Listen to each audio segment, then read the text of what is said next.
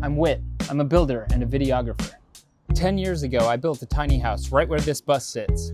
In that tiny house, I built 2 lofts and put a net between the 2 of them that you could relax in. I bought that net from a company called Treetop Builders. I work there now. And I built this too. Spending all this time watching tree houses getting built in nature gave me something unexpected. Perspective. I feel like I know a lot about nature in here, but nothing about nature up here. And I want to connect the 2. That's why we're here. And this whole journey isn't about tree houses. It's also about roots. I need to work on my wing. And to me, roots means getting back outside, finding what steadies me. And along the way, I check in with my buddy Craig. He helps me keep it real, and he still likes to come out and play. How long have we known each other, Craig? Oh gosh, since we were 2. And what do you do for a living? I'm an opera singer. Prove it. Oh, sorry. Okay. And today we start by watching this crew from Treetop Builders build this treehouse while I talk to my friend April, who is a protector of the trees. The beautiful thing about groups like Capillary Master Naturalists and Master Gardeners is those are trained volunteers that are looking for projects. And so we can, connect them with subject matter experts, resources, and then they can go and put in pollinator gardens at schools. And they can maintain that, and we can't. Yeah. So we can connect them with schools that are in need, with subject matter experts and seeds, and then good things happen. Yeah, good things happen when we work with our ecosystem. And for me, that's what this build is. It's a relationship, and Craig gets it. He's built some tree platforms for his kids. The idea of having to sell our house is like a spiritual death, and how important my trees, because my trees at home, they're my second baby. They are a crucial part of my mental health and my life. The first day stink because you have to unload everything and, just get a layout of the land. These are tabs. With just 1 calorie. Tab, a beautiful drink for beautiful people. This is a different type of tab, Craig, but I appreciate your enthusiasm. This tab stands for Tree Attachment Bolt and is made by Treehouse Supplies. Let's watch Dylan install this one. This is our perch, this is our collar, this is our shaft. Because the posts are static, this side over here has a floating bracket. And this allows the tree to move back and forth, especially during like a thunderstorm or occasional hurricane, something like that. The tree can move quite a bit and the structure would be perfectly safe because trees need to move, otherwise you have issues. Tree tabs, so we don't have issues. And this is the part that goes into the tree, all of this. So we gotta start off with this first, with this pilot bit. I like to line it up right with this line because the manufacturer is gonna get it. There's no correcting it. So that's why it's real critical to make sure that your first couple passes are pretty level. So I start it until I see the bark is gone. This tree smells good. I don't even know what it is. The Liriodendron tulipifera, that's the scientific name for our tulip poplar. It literally means lily tree. It bears tulips, tulipifera, bearing tulips. After the client agrees on a design, we'll send straight to our designer and he'll design everything. And once he's done, we'll take that into our treehouse contract and we will decipher an MTO on how we want to build this. Stand back there, like halfway down the string line, and just let me know when the drill looks parallel to the. We will start laying out every step of the project from the ground up. 61.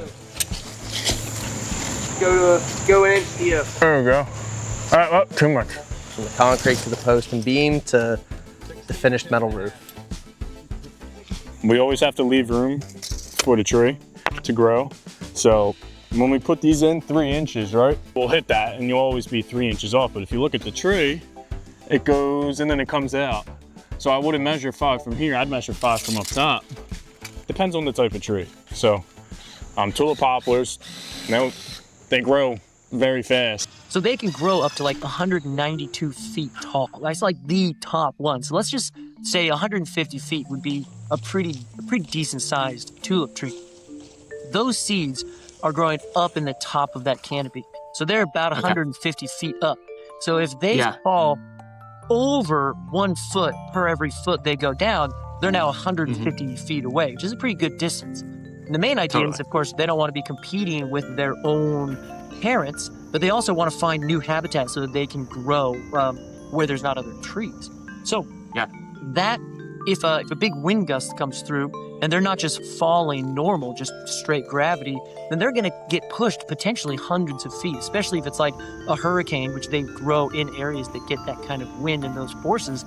They could easily travel hundreds and hundreds of feet whenever they are really caught by some intense wind.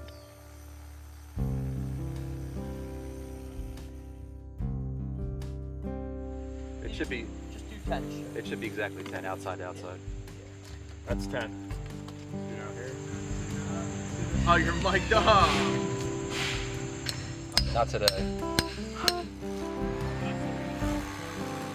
I can go for some steak action. One screw, one rim over there. Yeah. And then slide the tree in. Definitely. It's gonna be hard to move that tree. Yeah, that tree ain't going. Our role is not to control nature, it's to understand how it functions and to try to work within that system to maintain its integrity so that it doesn't collapse. Yeah.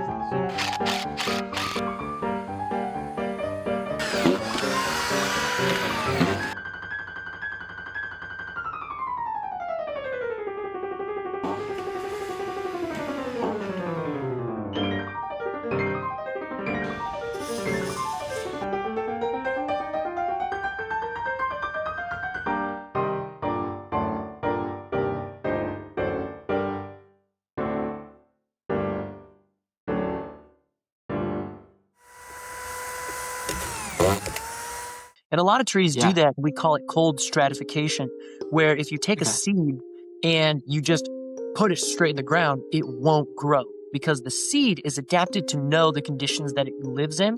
And it knows if I put out my little tiny seeds or my little tiny root, which is called a radicle. The little radicle is the very first little root that comes down. The first little leaves are called the cotyledons. Those first little leaves are really tender. So as they grow in the fall time, they're going to get hit with cold weather really quickly and you're probably going to die. So they sit there and the seeds know, I'm going to wait for it to get really cold for a couple weeks. Then the next time it gets really warm for a couple weeks, and not only really warm, it has to see a certain amount of light in a given day. Once those two things are matched up, then the seed will say, it's go time. Then they will put out their little roots. Then they put out their little leaves. That root is going to grow down no matter what. It's called gravitropism. So trees have phototropism, all the leaves up above. If you ever planted a teeny tiny seed in a tray in your house, then as soon as it pops up, 2 days later, it's like leaning over towards the light at almost a 45-degree angle. These little chemicals, these hormones called auxin in the leaves, the auxin will get concentrated on one side or the other based on where the light is, or with gravitropism, where the gravity is. So gravity is always going to be pulling that same direction, and the little radicle will always make the same choice because it is designed and it has all these self-organizing hormones and chemicals inside. It's a really fascinatingly complex little structure. Nice segue.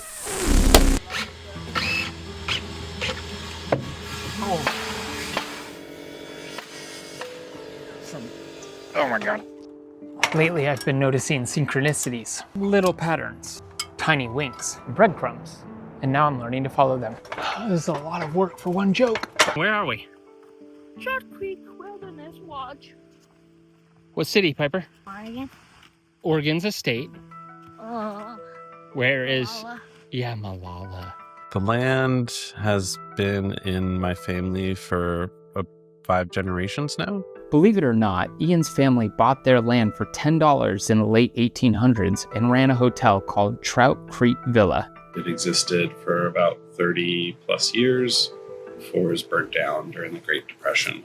I was trying to find a place to park 2 tiny houses I had built. After reading Michael Singer's The Surrender Experiment, I eased up, and a chain of casual introductions led me to Ian. I think there's something deep in the land, stream in particular, that has influenced the humans over the generations. It's about 200 acres of old growth forest. It's been passed down in my family, skipping people that weren't conservation minded. The synchronicities between Ian and me feel too wild to be coincidence.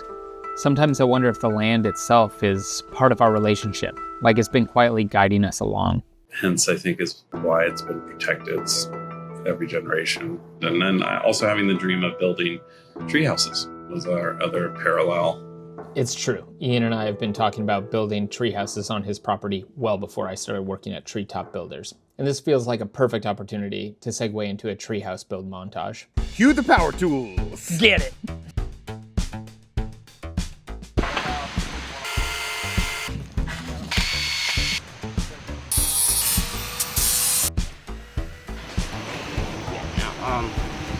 Just get that, and you want it to line up.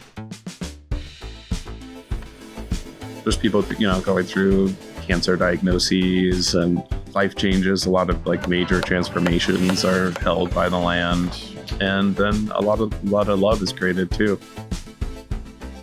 The spirit of the land, the spirit of the creek, it seems to draw in and hold a lot of human suffering.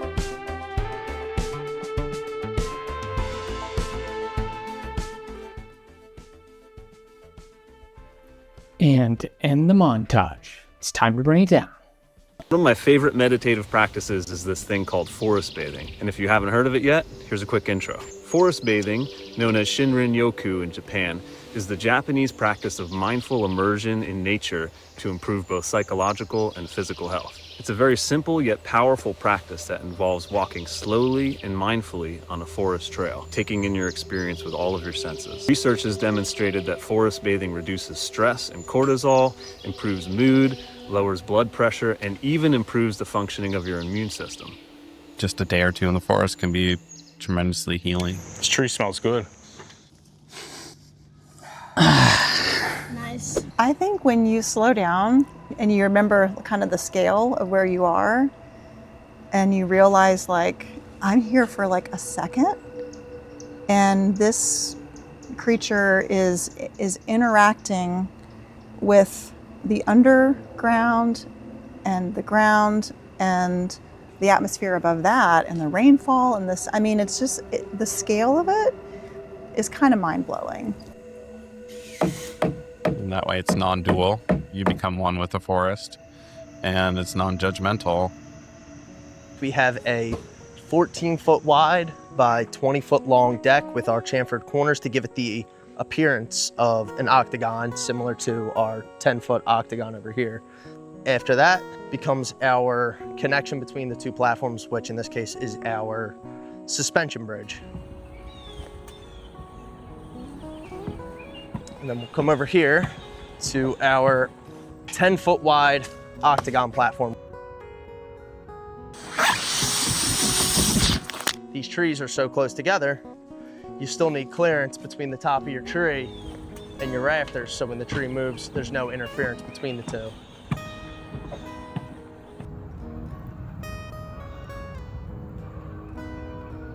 This is our loft beam. Half of our loft here will be our normal loft with finished plywood. And in this half will actually be a hammock net. So it's split half and half so the kids can lounge up there, do whatever they please. And it's really cool. The kids love it. Is there going to be a zip line? There is a zip line coming off of this tree. We're going to end somewhere down here at this pink tree right here. Sweet. I think in this day and age of hyper social media, just a day or two in the forest can be tremendously healing. Which is wild because the forest isn't trying to teach us anything. It's just being the forest. Or is it? Because today, after all this, it's feeling like a small recipe. Plant seeds with the right people. Build with respect. Thanks, Whit. Move slow enough to notice. And grow together. Anyway, I'll leave you with a segment that I call Whit's Free Idea. You can have this idea, just be sure to mention me, unless it's a bust. Golf is one of the most beloved sports on Earth, but in nearly 200 years, the experience hasn't changed very much. It's a little predictable. What if we kept everything golfers love, but introduced something new? Introducing Mega Mini Golf. A full championship course with just a touch of imagination. Mega Mini Golf transforms a traditional round into a shared experience. Tee off from a handcrafted porcelain platform. Navigate the fairway beneath a working windmill. Cruise the course in carts inspired by classic Dutch riverboats. Because the future of recreation isn't about building something bigger. Sometimes it's about remembering how to play. Mega Mini Golf. Serious golf with just a touch of childhood.